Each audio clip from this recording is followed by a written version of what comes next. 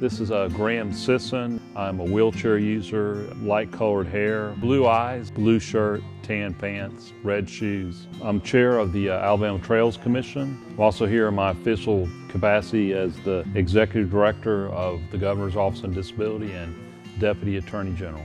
My goal is to really change the mindset where it's not an afterthought. It's in somebody's primary thought process whenever they design a trail or a park, is that accessibility is given full consideration. And I always think if you do it right the first time, it comes out better. It's harder when you have to go back and make something work. I think that's the most important thing, is having the input of people with disabilities from like the very beginning of planning. My main goal is having, equal access.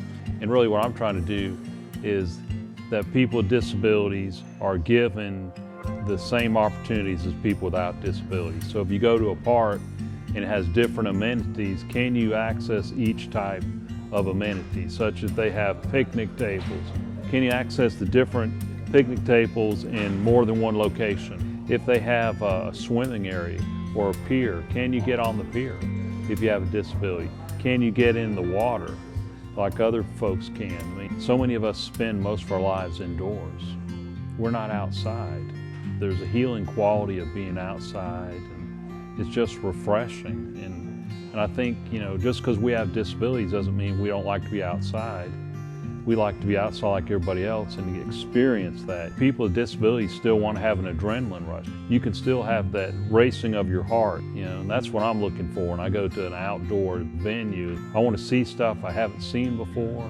I want to see nature and wildlife.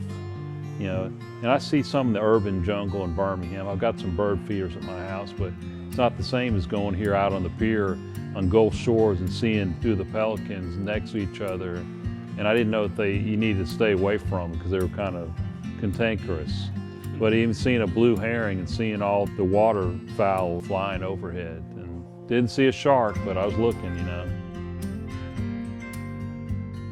This park has some of the most accessible trails in the state. The fact that they have the sidewalks, they have the curb cuts, they have boardwalks, they have good transition point. And as far as the slope, it's okay considering how high up the overpass across the highway. And I think the other trails, they have the firm, stable surfaces that you can roll on.